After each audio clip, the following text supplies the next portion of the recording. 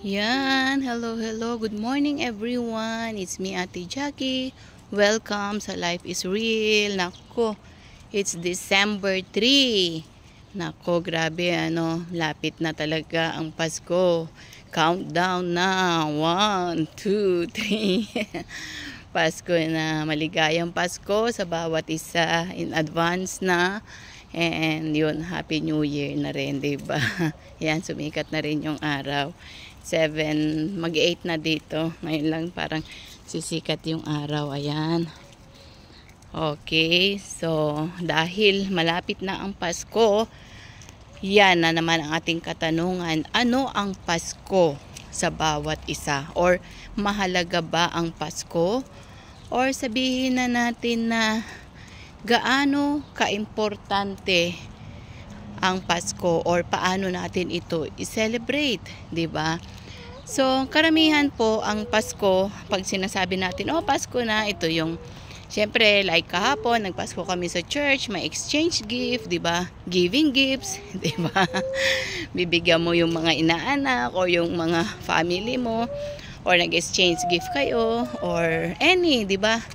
Yung nagpapatawad kasi Pasko na, kailangan patawarin natin siya kasi Pasko naman. So, or sabihin na natin, oh, maging mabait ako kasi Pasko na, 'di ba? So, what is the purpose talaga ng ating Kapaskuhan? So, the purpose is really about Jesus. Siya lamang po. Bakit nagse-celebrate tayo ng Kapaskuhan? We remember the birth of Jesus Christ. Actually, wala naman po sa Bible or any na talagang ipinanganak siya ng December 25 kasi napakalamig noon, 'di ba?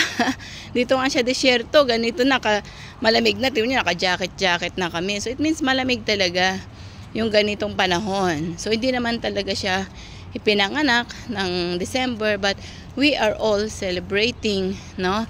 Ng December 25 ang Pasko. Actually, iba is they are celebrating mga January 7 yung Pasko, no, yung mga Orthodox sineselebrate nila, nakafix na siya doon. Tayo naman nakafix sa December 25. So we don't know, but the important dito is sineselebrate po natin ang Kapaskuhan dahil ito ay ginugunita natin ang kapanganakan ni Jesucristo. Bakit po siya ipinanganak sa ibabaw? Siya po ay isang Diyos. At bakit po siya ipinanganak na nagkatawang tao? Para po sa atin at para po tayo ay maligtas. No? Yun po ang pinakabuod ng kapanganakan ng Panginoon. Na makikita natin yan sa John 3:16, na almost alam natin yan, that for God so loved the world that He gave His only begotten Son, that whosoever believeth on Him should not perish but have everlasting life. So, ibinigay ng Diyos Ama ang kanyang kabugtong at kaisa-isang anak niya para po sa atin upang magkaroon ng buhay na walang hanggan.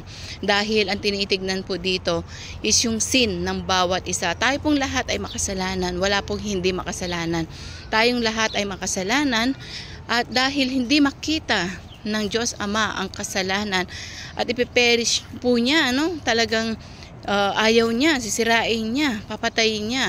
Pero dahil mahal na mahal po niya tayong mga tao na nilikha sa wangis ng Diyos, kaya po yung anak niya ang sinakripisyo niya, na ibinigay niya upang siya po yung mamatay sa Kalbaryo, sa krus, upang yun yung ihugas, no, sa mga kasalanan natin. Yun nga lang po, meron tayong kondisyon na kailangan po is talagang we need to repent for our sins.